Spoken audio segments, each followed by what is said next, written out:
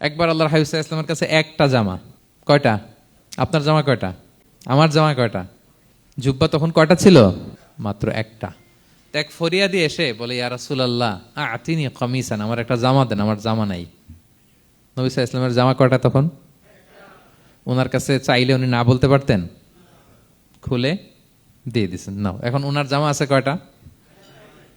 তো জামাও নাই, বেরও হতে পারে না। কি এক মুসিবত! আল্লাহ তাআলা আয়াত নাজিল করলেন, ওয়াল্লাযীনা ইযা আনফাকু লাম ইউসরিফু ওয়া লাম ইয়াকতুরু ওয়া কানা বাইনা যালিকা কাওয়ামা। নবী হে, যারা বিশ্বাসী তারা দানের সময় ভারসাম্য করবে। মানে অনেকগুলো থাকলে আপনার একটা দিতেন, ছিলই যখন একটা, ওইটার হকদার তো ফরিয়াদির চেয়ে আপনি বেশি। এখন যে দিয়ে দিলেন, আপনি পড়বেন কি? অনেকগুলো থাকলে না হয় আপনি দিতেন, ছিলই একটা, এটার সবচেয়ে যোগ্য, অধিকতম যোগ্য এবং হকদার তো আপনি। সুবহানাল্লাহ, সুবহান! কি নবী ছিল, কি নবী ছিল! না বলতে পারতেন না, মানুষকে ফিরিয়ে দিতে জানতেন না। আল্লাহ বললেন, নবী হে, আপনার প্রথম কর্মসূচি ফাআম্মাল ইয়াতীমা ফালা তাকহার, খবরদার এতিমকে কখনো, এতিমের প্রতি কঠোর হবেন না। এক নম্বর কর্মসূচি। এটা শুধু নবীর জন্য কর্মসূচি নাকি আমাদের জন্য না? হ্যাঁ, সবার জন্য। এতিমদের সাথে যেন আমরা রূঢ় ভাষী না হই, তাদের সাথে যেন রূঢ় আচরণ না করি।